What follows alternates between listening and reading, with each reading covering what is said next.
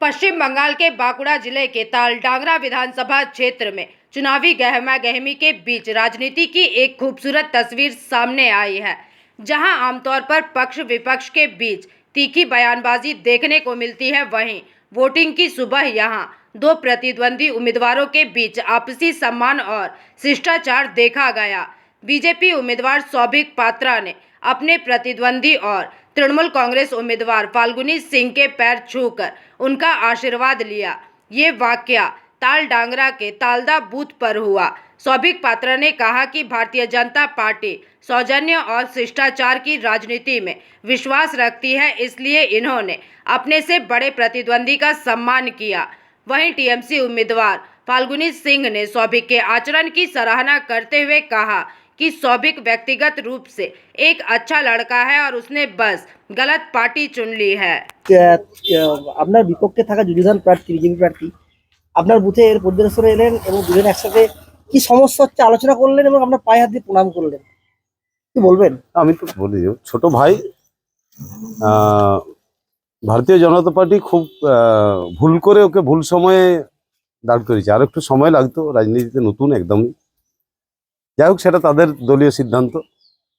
আমার বুথের কাছাকাছি আমার বাড়ি, সকালবেলা টিফিন করে বাড়ি থেকে বেরোচ্ছিলাম, ও পরিদর্শনে এসেছিল, দেখা হয়ে গেল। তো আমি একটা প্রবলেমের গল্প ওকে বললাম, ও বললো আমিও জানি দাদা এই প্রবলেমটা আছে। আমি বললাম জানাও, পাবলিক তো ভোট দেবে, তাদেরকে তো ভোট দেওয়ার ব্যবস্থা করবে। এটা তো আমাদের বাঙালির রীতি, বয়সে বড় যারা তাদেরকে দেখা হলে পায়ে হাত দিয়ে প্রণাম করা একটা সৌজন্য তো থাকেই, আমরা তো এটা মানি।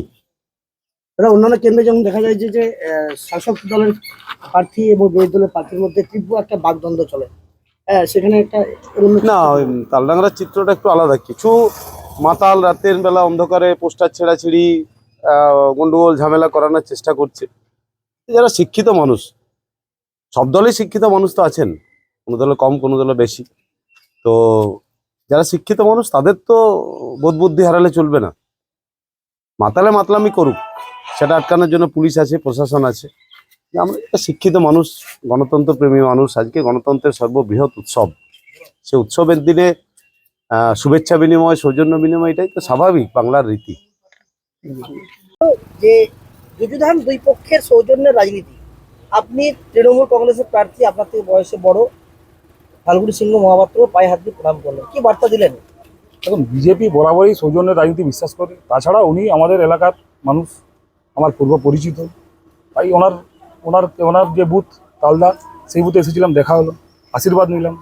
এটা স্বাভাবিক, এটা আমাদের এখানে নতুন কিছু নয়, এরকম ঘটনা ঘটতেই থাকে।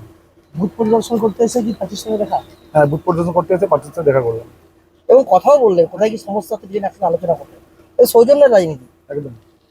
সিমলাপাল বরাবরই শান্ত এরিয়া, এখানে সেরকম আপনি হাজাই দেখতে পাবেন। এগুলো কোনো বিচিত্র ঘটনা নয়। আমাদের সিমলাপালে একে অপরের সাথে আমাদের যে সুন্দর সম্পর্ক, সেটাই আজ ভোট বলে তো কিছু নয়, এটা সব দিনেই ঘটে। যখন দেখা যাচ্ছে রাজ্যের বিভিন্ন কেন্দ্রে শাসক দল এবং বিরোধী দলের প্রার্থীরা একে অপরকে দোষারোপ করছে বিভিন্ন ইস্যু তুলে, সেখানে এই বিধানসভার একটি বুথের সমস্যা নিয়ে দুই প্রার্থীর মধ্যে একটা সমস্যা সমাধানে আলোচনা, যুযুধান দুই প্রার্থী, এই যে বিষয়টা, এটাকে কিভাবে দেখছেন? দেখুন, আগেও আমি বলেছি বিজেপি সবসময় সৌজন্যের রাজনীতি বিশ্বাসী। অন্য জায়গায় কী হচ্ছে সেখানে পরিস্থিতির উপর নির্ভর করে। আমাদের এখানে আমরা চাই যে এলাকায় শান্তি থাকুক, সৌজন্যতা বজায় থাকুক। এলাকার মানুষও ওটাই চায়। এলাকার মানুষ যারা ঝামেলা করে, ঝগড়া করে, তাদেরকে পছন্দ করেন। ভোট ঠিকঠাক হচ্ছে? হ্যাঁ, ভোট ঠিকঠাক হচ্ছে। আমি দেখি অন্যান্য জায়গায়, অন্যান্য ব্লকের মধ্যে কী অবস্থা আছে। ধন্যবাদ। बांकुड़ा से अनुप रॉय की रिपोर्ट, पीवीटीवी न्यूज़।